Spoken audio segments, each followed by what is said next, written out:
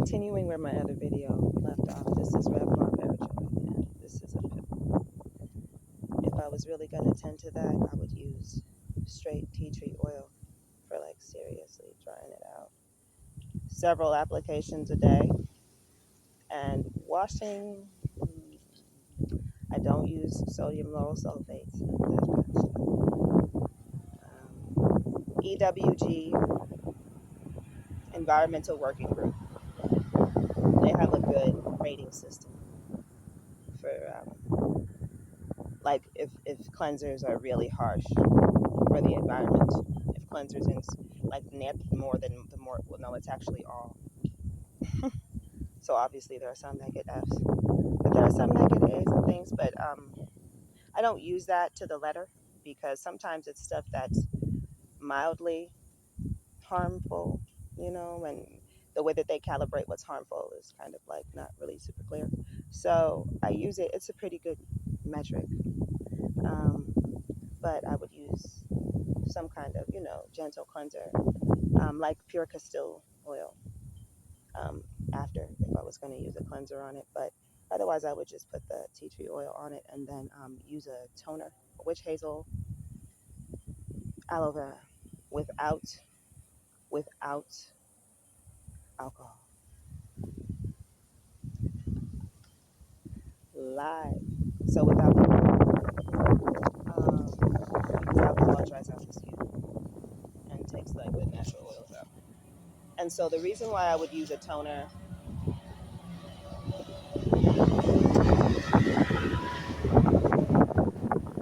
people out here are getting used to me. I've been living here for 5 years. Been walking around this area because this place is so beautiful with all these trees. I've been walking up this area for years, this particular road. So don't most people aren't going to be alarmed by seeing me on the tree. But I'm saying hi to this tree. And, so aloe vera and witch hazel are really good for the skin in general. I use it for abrasions. And if I have bruises, I use Mother Love green salt. Mother Love is a botanical company, and they do mother-centric products that are 100% chemical-free, or natural, natural chemicals, like beeswax and olive oil. They're mostly olive oil based, beeswax and herbal tinctures or something as part of their mix. How they make stuff with like comfrey, you know, so. And for like hands, a shea butter based salve is good, um, or a beeswax based salve. See, because I've like for me, I'm like, if people are making beeswax, I'm in because the vibration of it carries a very high. It's capable of carrying a very high vibration. So me personally, I use beeswax. Some people don't. Some people are more vegan, so they're like, no harsh treatment to any animals. But I never really, I couldn't do that. But I really was borderline vegan for 15 years. Um, I'm beginning now to honor the trees as a priestess in public now. And this post office, right, I'm right outside the post office. And there's like some garbage here, because they don't have regular cleanup and there's no trash can. Barstow was clearly not built with thinking about people walking in mind. Like these main roads, none of them have trash cans, none of them have like shade. Zero. Zero bus stops. Now let's there's one here and one up there, but the thing is that once it's a certain times of day, there's no shade. It's the beating heat, and there's no like awning, for you to pull down. There's no pride here. There's no pride. People don't have pride in where they live because people are just thrown here. Most people who live here were thrown here through Section 8. That's a known fact in Barstow. So a lot of people here are from LA, but there's a lot of people here now.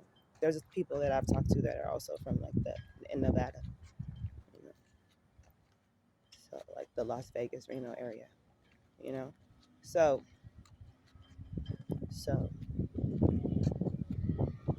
I don't catch the bus that often because they only run at the like around the top of the hour. It's like so annoying. Because in LA the buses run, way more frequently.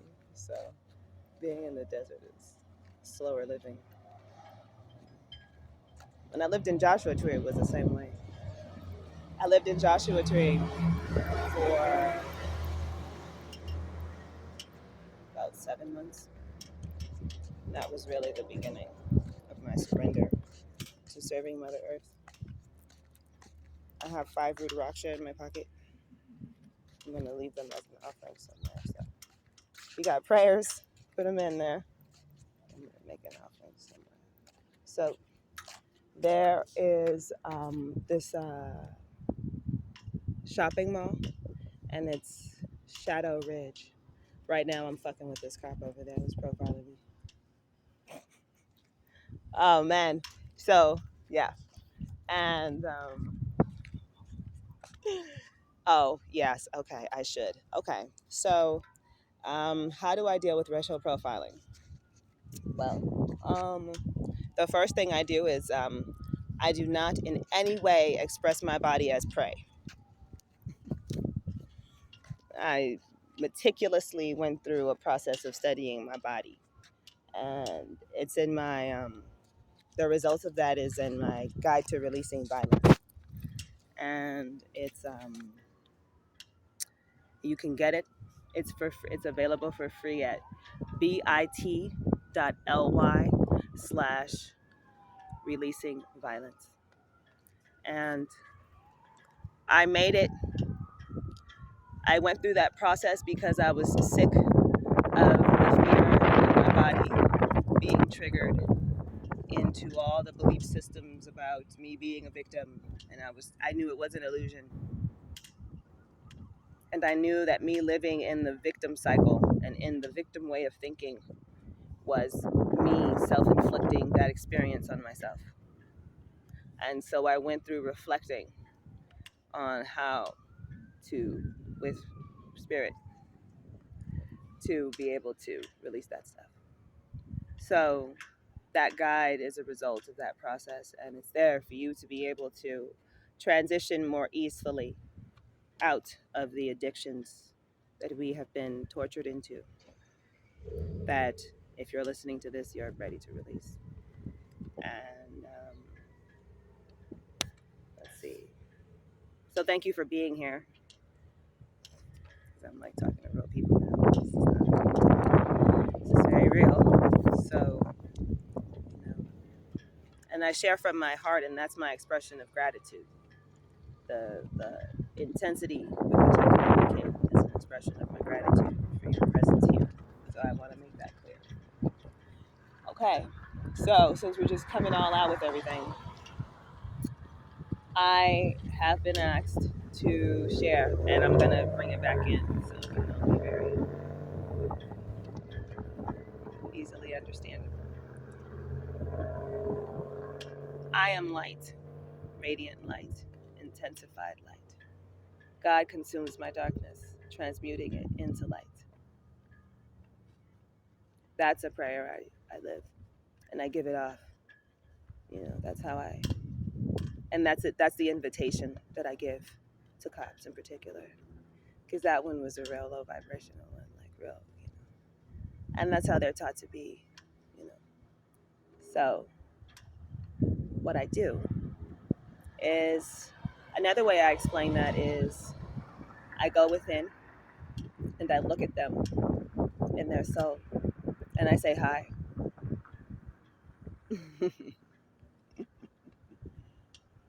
I just acknowledge them on the soul level with a nice little bump to the heart.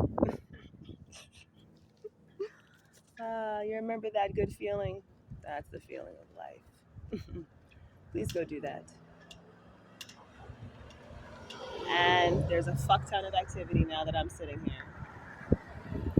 So I'm acknowledging this because I'm being asked to acknowledge in public that I'm emerging into my awareness of the significance of me being a priestess and me being a high priestess in public.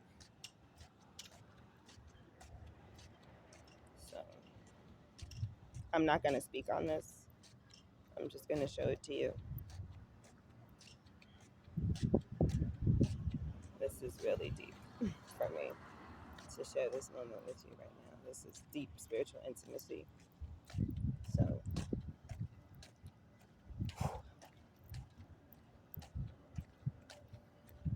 this is a crow feather. Really quickly, the last time I had an experience with being gifted crow feathers like this on a walk was when I was at the Art Institute. I was being incredibly creative and blowing the minds of all my students and all my teachers. Like, okay, your work is right here. Everybody else is doing this. Thank you, Vera. That was so interesting. Help us understand. Yes, I understand. You don't understand. It's okay. So those abstract art pieces that I love so much. Deep, dark feminine mysteries. Just glorying in the ability to express that stuff in non-linear form. The best. So I am welcoming the creative, the big, huge creator blessings. This is like a 0 point moment. That's what this is for me. If I'm being 100%, it really is. The crow is the law, and the crow is the one who takes the messages to creator in the great mystery, which is the black hole, which is like the black hole. So there you go. There's some of that for you. It's coming out. And,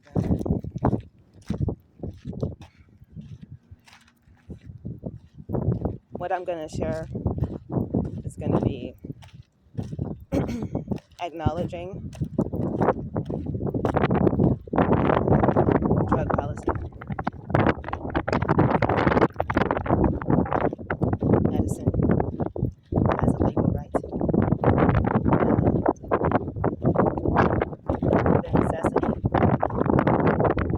of reclaiming natural healing and nourishing our bodies with what they need to heal themselves.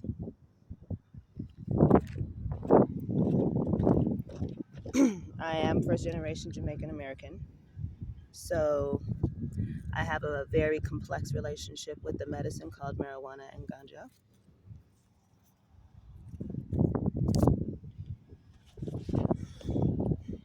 I just looked down and it was 1333, which is a power number for me, so from the goddess. So I'm just gonna keep on going.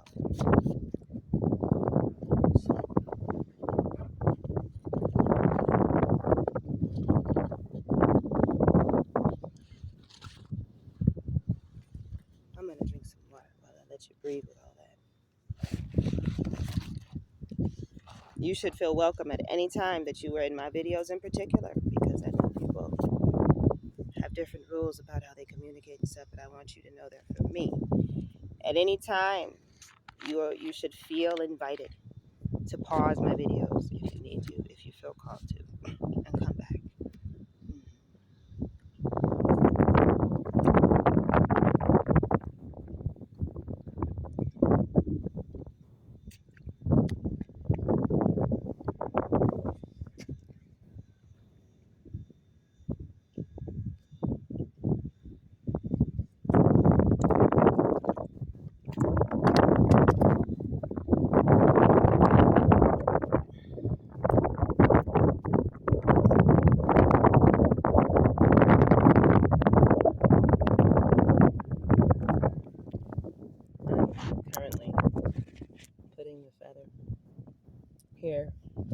appears to be the center-ish of this mound slash plateau hill that is here.